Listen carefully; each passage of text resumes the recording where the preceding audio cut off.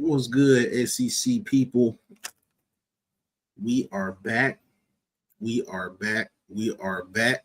Before we get back, college football is even more exciting when you've got some action on the line, and the games are even better when you're cashing in.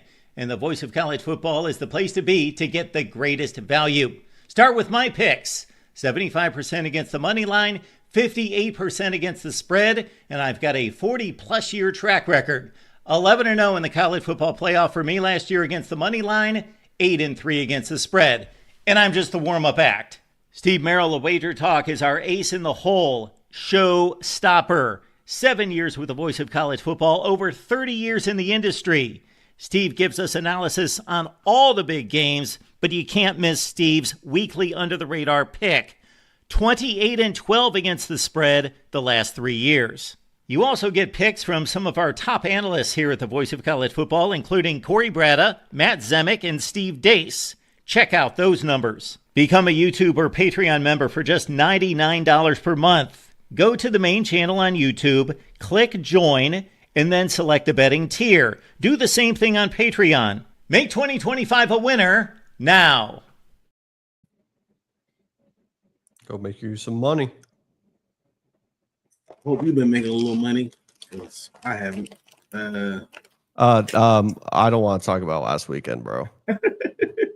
When I tell you I've not been cleaned out like that in a minute, where like it was like I couldn't even hit a straight bet, let alone a parlay.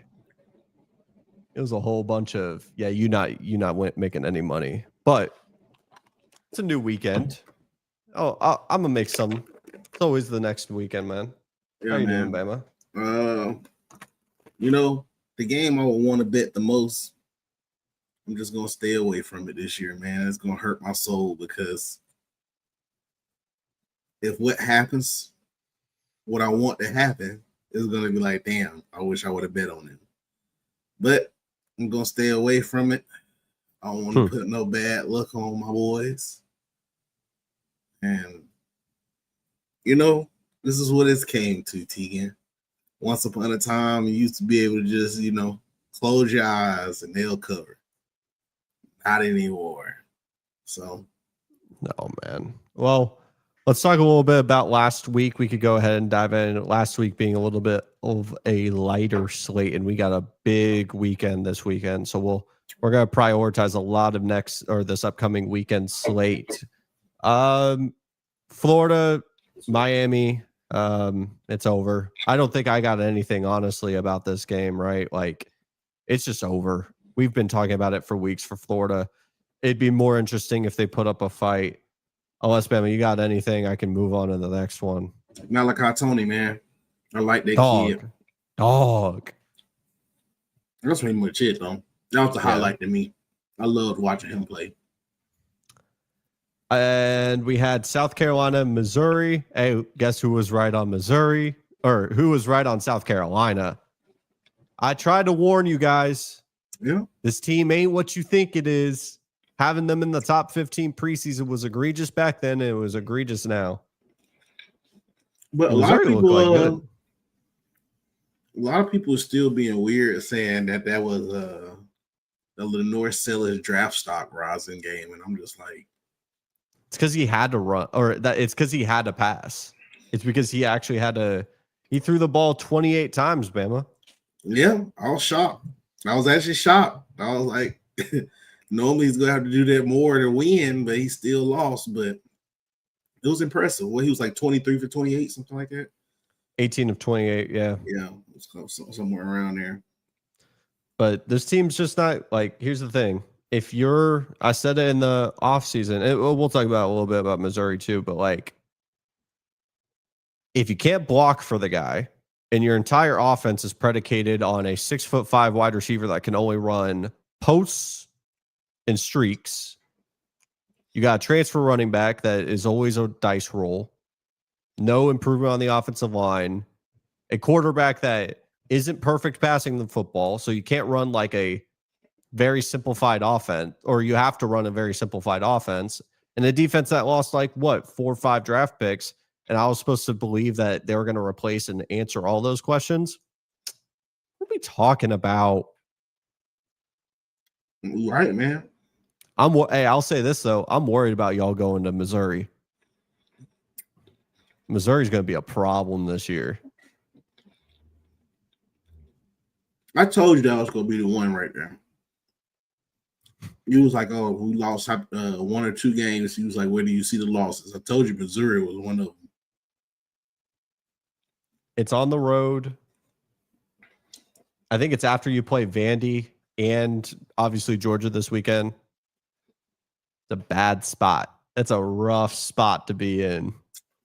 Y'all's stretch of games have like all of a sudden become real difficult because I'm not gonna lie, Vandy, because of Vandy. Well, you're about to have a headache because you're gonna have to play Georgia this weekend, follow it up with Vandy at home. To be fair, go on the road to Missouri, and then just when you thought you were done, Tennessee. You get Tennessee and then South Carolina on the road. Yeah. I hate an SEC schedule, bro. I hate it. So did you see the 9 game schedules that dropped? Yeah, we play y'all, Tennessee, Auburn, and I can't remember. Oh yeah, LSU. I need you to hear this because I don't know how deep you went into the rabbit hole of A&M's 2026 SEC opponents. Let me tell you, I hate it here. I hate it here so much. So we get Texas, Kentucky, Tennessee, Arkansas all at home, right? We go to LSU, to Missouri, to Alabama, to South Carolina, and to Oklahoma. That's tough. That's fun.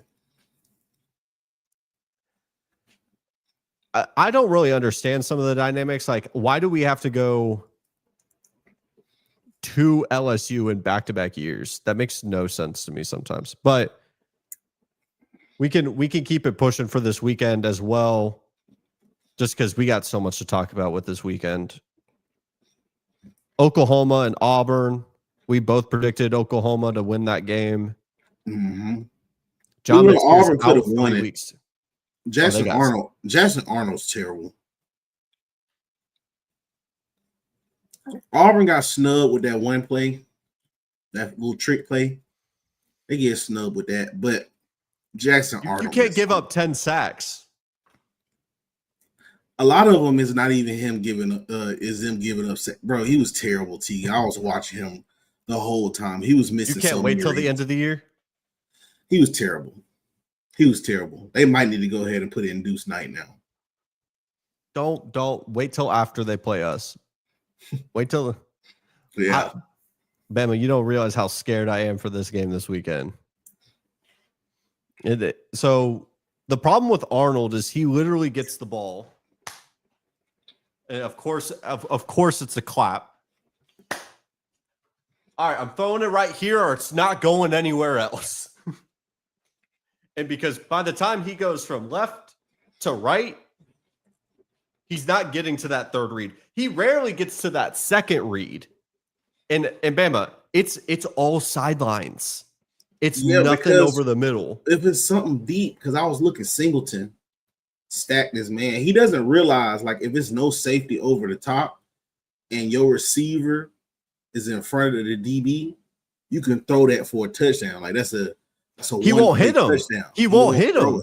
And it's just like the wildest thing. I'm like, bro, these are touchdowns you missing because in order to beat good teams on the road, you got to connect on those type of plays. I don't know how he was a 5-star, bro. They just hand him out. He probably was lucky enough to go to some camp. He could throw the ball real hard, real far, probably had a tight spiral. You know how these rankings do it. They go, oh, number one linebacker in the nation, because you just went to a camp, a Nike camp, and ran a 4.5. They just give you these weak ass tags that hold really no merit, because at the end of the day, you got to play. You got to go out there and play. 100%. Well, Bama, I think there's no better time than now. Apologies, of course, you get a little message. Let's dive into this weekend. Got some big games. I think we could just stick with the format of what we were talking about because we're going to hit every single team except for Oklahoma, which we could talk about right now before we get to the games. And we're going to predict every single game. And I'm sure we're going to get to the hour by the end of it because we know how you talk about Bama. John Mateer out for 3 weeks with a hand injury. Your thoughts? Hey, they're making our road a little bit easier, man. They're making our road a little bit easier. Nah, he's going to be back by the time he's playing, y'all. Them hand injuries, he ain't going to be 100% though. It's just a little broken bone in the hand. A little. What? What? But sucks for them because he commands that offense well. Even watching that game against Auburn, he responded well. So, I don't know. Depending on what they got behind them. Because if it's a situation like Ole Miss, oh boy. It's Michael Hawkins from last year. Yeah. But I honestly do have hope that like Hawkins was a true freshman getting thrown into the fire last year with like one of the worst offensive situations I've seen where they had like 6 wide receivers on the injury report paired with an offensive coordinator that was terrible. So I honestly think they get a bye week. They play Kent State. I don't think they're going to announce Mateer is out for Red River against Texas until like the day of. Like, why would you give Texas that ammo to prepare for the right quarterback? Just say, well, Mateer surprisingly is doing well in his rehab. He might play. And then game day say, yeah, it's going to be Michael Hawkins. They've been prepping for Michael Hawkins for like 2 weeks. But they may be, I don't think they're cooked as people may think. I think they're going to be just, that defense is crazy. I don't know if you've ever looked at the game tape for like against Auburn on that last drive. They were in their bag. They were in their bag with coverages. Yeah, it was good. It was just a lot of underthrown passes, though, dude. Like, I want to give them credit, but what I'm trying to tell you, dog, like it was so much left real estate. To remind you of Milroe? It was bad, bro. Like, because that's what I'm saying. Like, a lot of that defense shit, like, it just depends on, like, if the quarterback just can't throw, yeah, it's going to look like you playing good defense, but, like, not necessarily because that one trick play to Cam Coleman, that shit was underthrown. He had dude beat by, like, 8 yards, bro. He had to come back and stop for the ball. That was a bad throw. Then there was another one, like, in the end zone where he had to stop for it, bro, that give dude chance to bat it. I'm just like, dog, this is missed money right here. Like, they could have easily won that money. Game. Like, they could have easily won that. Easily won these games, dude. If you hit these 3 routes, them 3 touchdowns, a guaranteed touchdown. It's not like you missing a first down. You know what I'm saying? And we just hypothetically saying, oh, he could run. Like, no, this shit was you hit this. Those are points. Those are points.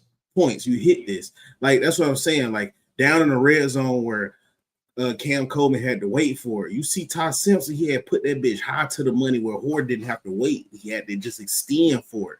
That's what you want to do with big, tall receivers. Put them in a situation where they got to extend, bro, because if they extend, 9 times out of 10, they got guarding them, can't out-extend them. You don't need them to come back for it because they give people chances to bat the ball down and make a play on the ball. So it was just so much missed throws by Jackson. It was bad, though. It was bad. Yeah, so. Especially with Cam Coleman, the best wide receiver in the SEC. We got. I wouldn't go that far. Who else? Jeremy. Get out of here! Yes, get out of here, bro. If Cam Coleman was on Alabama, he'd easily be the wide receiver 1. I don't know. Now, if we really want to just go by the stats, there's a guy at A&M, Craver, but that boy nice. Even though I don't even think he's the best wide receiver on his team. I still think Casey Concepcion is a problem. Man, Bama, I can't remember the last time I had good wide receivers. Bring a tear to my eye. I mean, I said it before. I say it again. Bama still got the best receiving core in the country. It's just, can they play? Oh, y'all aren't better than Ohio State. Stop it. Mm-hmm. Stop it. They got the best. Cardell Tate and Jeremiah Smith. I give Jeremiah Smith, but Cardell Tate better than Jeremy Bernard?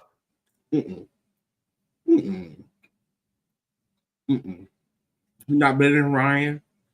Definitely not better than Isaiah Horton. Horton, I'll see. Horton just looked like he tall and run a little bit. But I want to see Horton go get one. And I saw a few of them jump balls he had caught. That was just crazy. Hey, listen. If we think Georgia's secondary that yummy, we'll see it. But we can't get to that. Not yet. We can't get to that game just yet. All right. I'm chilling. Because, dude, this slate's crazy. Notre Dame. Maybe asking, this is an SEC show. Why am I mentioning Notre Dame? Well, Bama, did you know they go to Fayetteville, Arkansas? Mm-hmm. And Notre Dame's only favored by 4.5 points. This game, it's one of those games, man. I wish this was a night game because I think Arkansas would win it. And you wonder, and you sit there and you go, Arkansas, they lost to Memphis last weekend. How are they? Memphis is a good team, though. And Memphis is a very good team. And I think we talked about it on the show. These group of 5 teams that play like a big time Power 4 brand and program, they end up playing their best ball because that's basically them having a tryout for the portal. These coaches, it's going to be the one time that maybe these athletic directors get a look at them. And it's massive for them whenever they get to the offseason. This game, I think, is going to be points. Taylon Green, statistically, is still a guy that can ruin anybody's weekend. The question really just comes down to, is this the game that Arkansas finally bites someone? Because I think, and I've stood on this, there's going to be a point this season that Arkansas gets somebody. They did it to Tennessee last year. Pittman's playing for his job. Could you imagine if Notre Dame goes 1-3 to start the year? We said there was no chance for Clemson, and they go lose to Syracuse at home. Yeah, that's on them for taking this game, but it is a chance for them to go 0-3. Bama, I'm gonna pass it to you for your prediction first. I'm going Arkansas. I'm going Arkansas on the nail biter. Plus the points or the money line, or we not touching money line. I don't. Me myself personally, I don't bet against the spread. It's too hard to predict, bro. Like, it's so nasty. And then I just see some of the most nastiest shit happen. You get a pick 6 all of a sudden with the game doesn't matter anymore. Or think about Eagles Rams. You had Eagles plus 4. They go return it for a touchdown when they don't have to. It was literally a team in college just this year, dog. It was losing by they was losing by the spread. It was like 50-something. They was losing by like 52. They literally drove down with 48 seconds left and scored at the end of the game. Too much BS happens in college. You could do spreads in NFL. You can't do them in college. Like, man, stop playing with me, man. Like, stop. That's rage bait in betting form. That's rage bait. Yeah. I think I'm going to rock with Notre Dame. It's one of those things where they're going to be the better team. If they had not lost to A&M or Miami, I could easily see this being a trap game for them. But knowing that they've lost both of those games, and that if we get into a situation where it's a shootout and Notre Dame needs to slow the game down, they're going to have the offensive players to be able to do so.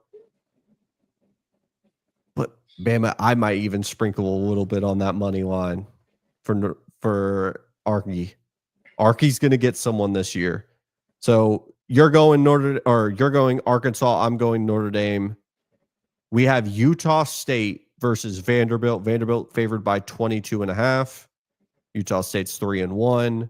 Vandy potentially looking ahead. I'm assuming you and I are both going Vanderbilt. And Vandy's going to be undefeated going against y'all next weekend, officially. That's what we need. That's what we need, man.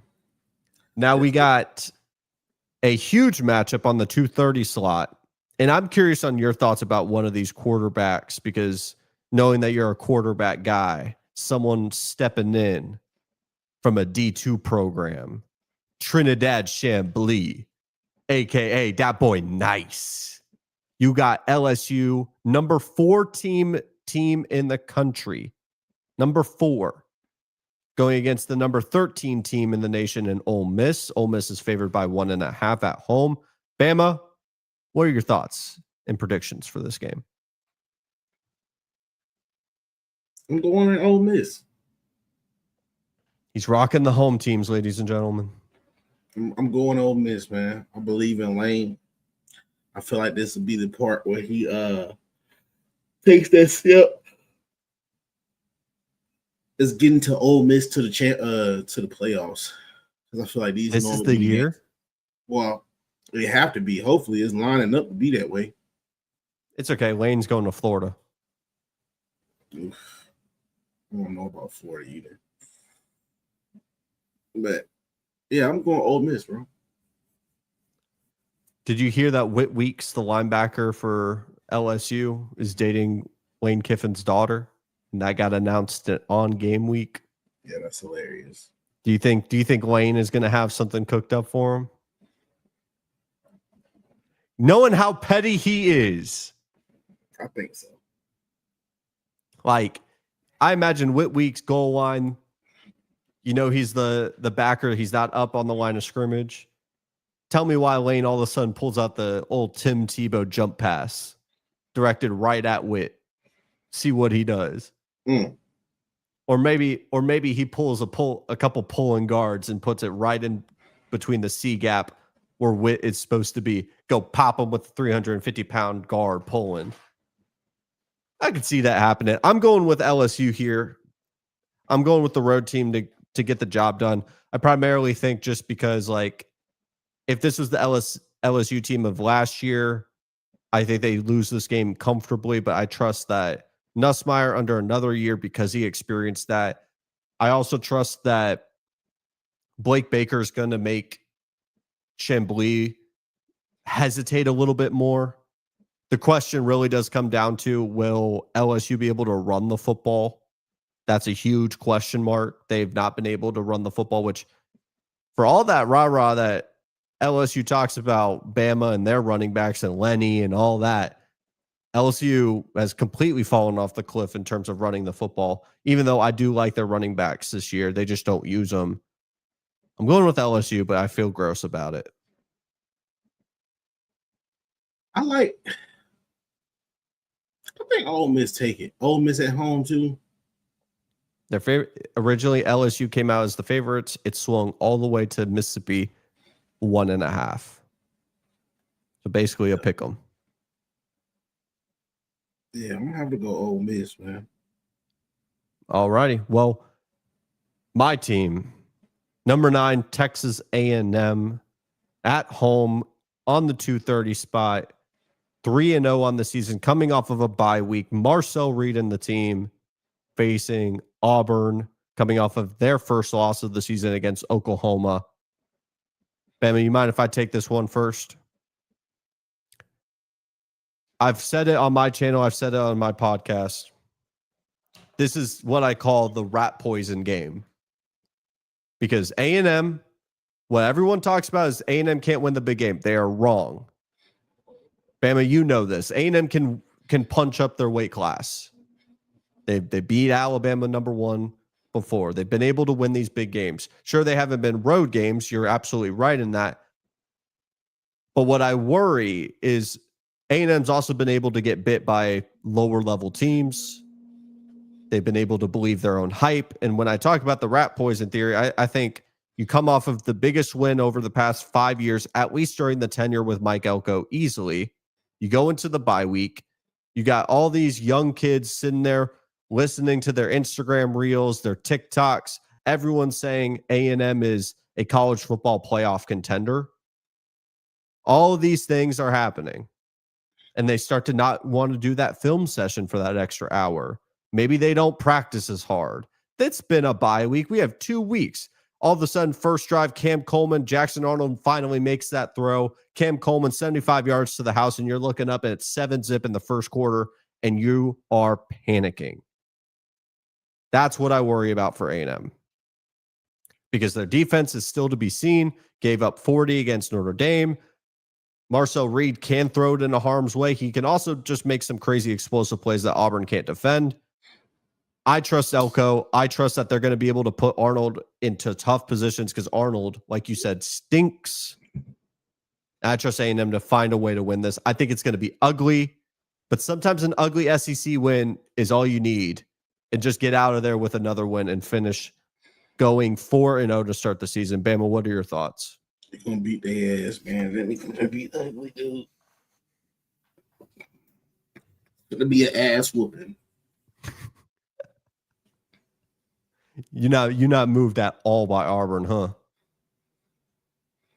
Jackson Arnold dude, bad. Horrible. No good, very bad. He's horrible, bro. All right, Bama. So horrible. We got 3:15 slot, which is a very odd time to start a game.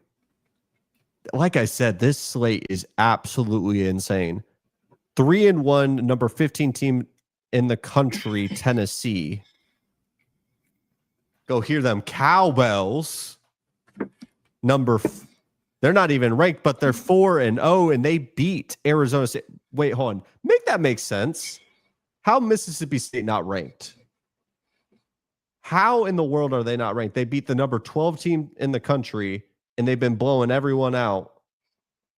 That's some BS. Mississippi State 4-0. Tennessee traveling to that stadium. You know weird things happen. Bama, what are your thoughts?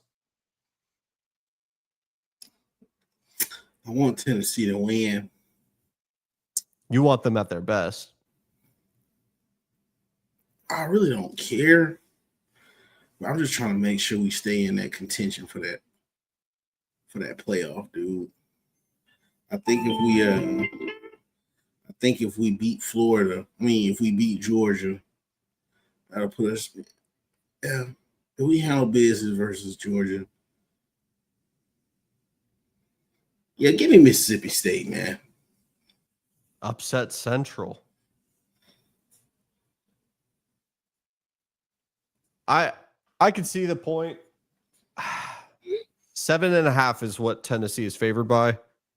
I think this is just. In what world does Mississippi State start 5-0? 5-0.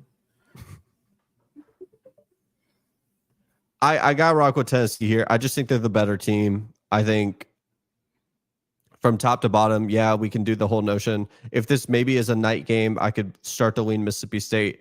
I think this could be an ugly win for Tennessee. I think Joey Aguilar is really good. I think these wide receivers are going to be able to make plays. And I just don't see this is the upset spot for them.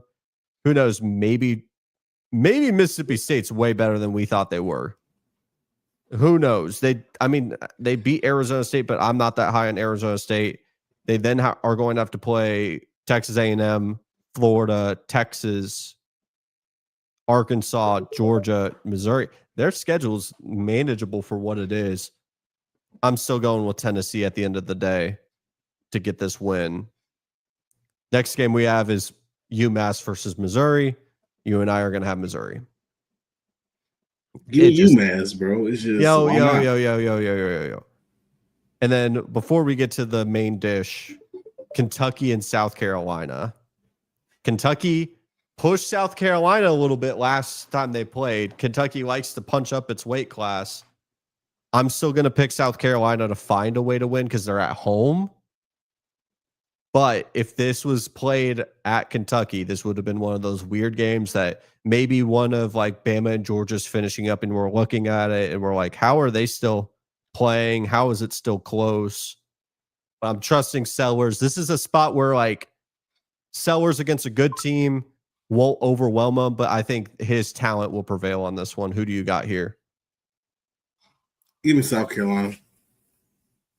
They should be able to beat Kentucky. Even though Kentucky normally has good defense, I still think they should be able to beat Kentucky.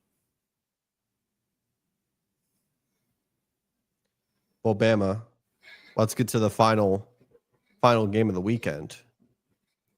We allocated a lot of time towards this one. I don't even have to set this up. Take the floor.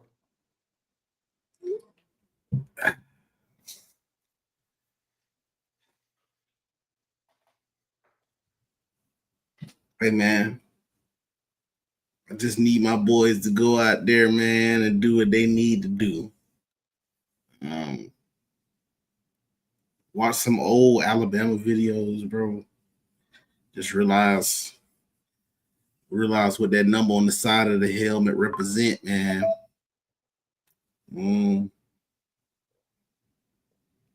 Make plays for Ty. Please commit to running the ball. No bonehead turnovers.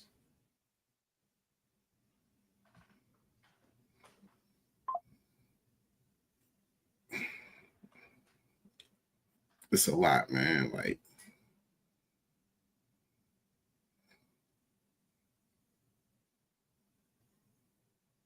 they could beat them. Got the best roster in the country. Like, just really, like, you could beat these guys. Really, is everybody gonna play physical into the ball, bro? If they could do that, we should be able to win, no problem. But we all know that's not really the reality. It should be a good back and forth game, maybe. I'm going Alabama, though. I got to stick with Alabama.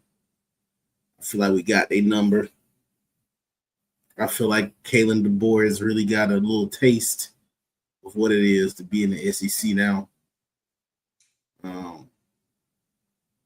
Because honestly, I think that dude had took this job because he was just happy to move up, but he didn't know what he was really getting himself into. Like, you gotta remember, people wait 6 months. That team is in a state where they don't have no NFL football team, so people wait 6 months to see you play, bro. Like, you can't. It's not no type of place where you can just be happy. Oh, hey man, we did our best effort. I get it. He got to be somebody different or whatever the case may be. He want to be the chill, laid back guy. It's not the school for that, buddy. Got to figure out a way to compete, man, contend. And unfortunately, man, these are teams that's in your way. Nick Saban left the whole fucking hornet's nest for you. These be the coaches that be in your way. His right-hand man. But Nick left you the Ferrari, bro. He left you the pipeline. Like, I mean, that's the best. You beat him before. Commit to the run, man. Commit to the run. Defense play downhill. Play with reckless abandonment. I wish, man, we need to put Drake Kirkpatrick Jr. like at linebacker. So that dude, you could tell his daddy Drake Kirkpatrick. And I'm pretty sure his daddy be talking to him about the Bama standard every day, every time he got something in his ear. Because how that dude be out there hitting, oh my gosh. Like, Drake Kirkpatrick Jr. really my favorite player to watch on that defense right now. That boy hustled to the ball. If you give me 11 Drake Kirkpatricks, we'll go out there. I don't think Georgia will score if you give me 11 Drake Kirkpatrick Jr.'s. Because that boy really hit like Reuben Foster out there. Our offense looked potent, dude. The corners just scare me. Is we're gonna get a rush.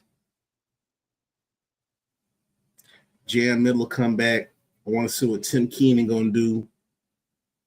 Man, we see you hyping up Kalen DeBoer, but we need somebody to hype up that defense, man. We need pressure. Linebackers need to come downhill, ready to hit some. DBs ready to cover, man. I think they should be able to pull it off though. Ryan Gross got to tighten that shit up. Kane Womack, just commit to the run, man. That's all you gotta do, man. You gotta commit to it, bro. Don't run the ball just to say, I'm running it. Like, here, shut the fuck up. Like, you know, I feel like that's how Ryan Grubb run the ball, man. You gotta commit to it, man. Like how Georgia was. It was like 37. They was still running the ball. I'm like, man, I fuck with that, bro. Because you committing to it. Like, that's really committing to the run, bro. You know what I'm saying? Like, that's what I mean. You got to commit to it. Because, like, little games like what happened the first game of the season don't happen when you commit to the run. Like, you're able to get up out of them games. But them boys just want to, and it's not Cali, man. It's not Washington, bro.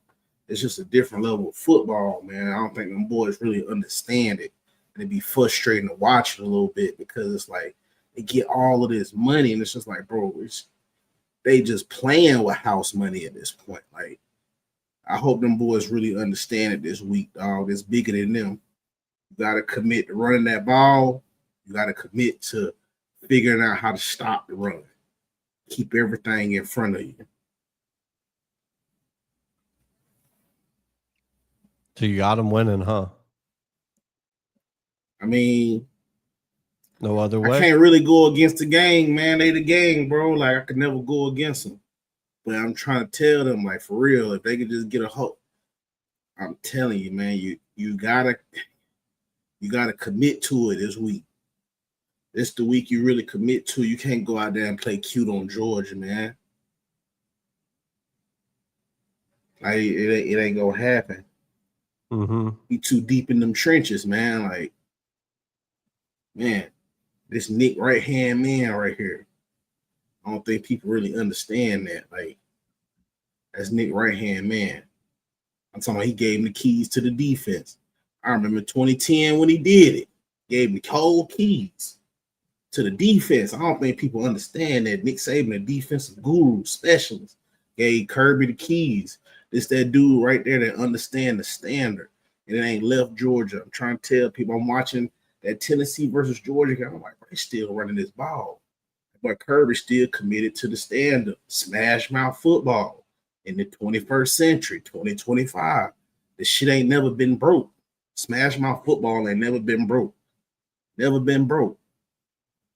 You got to make a motherfucker want to quit, man. You going against dudes like that this weekend. The motherfuckers come out there to make our boys quit again, huh? You showed the world you'll go out there and lay down. I'm trying to tell you, that's real dangerous where Bama got to climb up from. You laid down the first game of the season. That was real scary to see a Bama team do that. So I don't think that's what the board need to understand right now. You got a team that just got from laying down. And you're going against boys that's out there finna try to make you quit again. I think the board need to understand this, what he ain't got himself into. It's not Washington, Tegan. It's no breaks here. There's no breaks in this conference, man. Again, you went out there. We just gonna hope and say Florida State go undefeated. The ACC champion just got to you. But listen here. Y'all went out there and laid down, man. That wasn't no way to lose a game. Again, this weekend, y'all playing a group of guys that's finna go out there and try to make you quit now. So I don't want all of that cute shit. And we got to run the ball this week, man. We got to go in there and get ready for an old-fashioned bar fight, man. A rock fight. Grubs, them boys just need to holler at me sometimes. Like, motherfuckers be thinking I be playing, bro. Like, that shit for real, bro. You got to let them understand what they getting themselves into. These kids, man, they don't understand. They always been the big fish, man. Listen here, bro. These shark-infested waters around here. piranhas and everything riding around this motherfucker. Like, you ain't the biggest fish no more. Sometimes you become bait, man. Sometimes you become the hunted. And they don't understand that. Nick understood that, and how he understood how to get it through to them boys. Like, bro, these boys out here to hunt y'all ass, bro. They ain't really out here. Y'all not the big fish, man. But we'll see, man. I got Bama, man. Yeah, that sounds good. I think there's just too much working against Georgia here. I really do like, or working against Alabama here. My first couple questions is, can Alabama, I think to your point, that standard with me and Alabama right now, they got to show me. That offensive line we've been talking about for years, they got to show me. They got to show me that they can match that physicality, because to me, what the standard was with Alabama was that it's a business trip. They were even keel the whole time because they had a confidence. I remember when they played Georgia last year, coming out of the tunnel, it was one of the most amped up Alabama's teams I've ever seen. The energy was so high. And I credit them for winning that game, but you also saw this volatility that they didn't get up for every single game the same.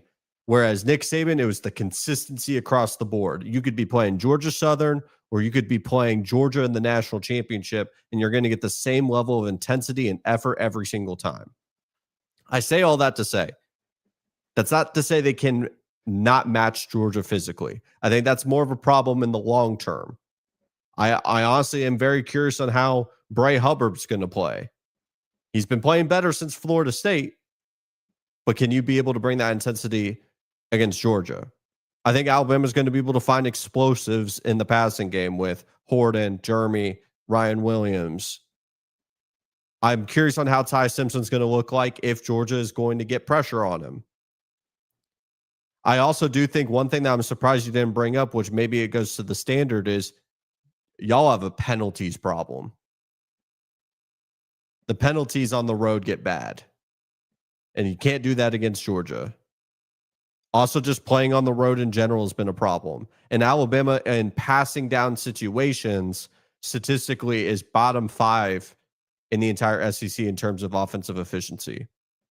Now, if we're to talk all about this with Alabama, with Georgia, it's not sunshine and rainbows, right? You have a great game against Tennessee. Fantastic. That in a vacuum could convince you that all of a sudden Georgia's winning by 14. But that's not all the data that we have. Stetson Bennett, I keep doing that. I keep doing that, Bama, with Stetson Bennett and Gunner, because they remind me. Yeah. Gunner Stockton, how is he going to be able to run the football? It's something that I'm very curious on how they are going to look, because I think Georgia's been holding that back for a game like this because of what we've seen with, for example, Tommy Castellanos, Jackson Arnold, and others having success running the football. I question a little bit on what kind of success they're going to have with the wide receivers versus cornerbacks matchup. We talked about going into the season how good Alabama's corners are. Who's going to win that matchup? But what's going to decide this game is truly going to come down to Alabama's offensive line and Georgia's offensive line. Which group's going to perform better? Because I think both can win their matchups, but by what margin? I just trust Georgia in the spot. I think that there's both teams. At the end of the day, I get the better head coach with more time, same tier of quarterback. Arguably, Georgia's got the better offensive line who has performed better up to this point, and probably the defense that's going to match the game more physically. And it's not to say Bama can't win this, because that's not what I'm saying. What I'm more saying to the point is I'm trusting Georgia to step up to the plate in the spot, and Bama's got to show me. So I'm picking Georgia to win. Ain't nothing wrong with that, man. It's like I always compare these two programs as it's like the Cold War. They don't outright hate each other like how you hate Tennessee or Auburn, but there's such a mutual respect between the two, and when they clash together, It's always a problem. Yeah, I think we get Georgia this weekend. Y'all need to. 11-1. I see it.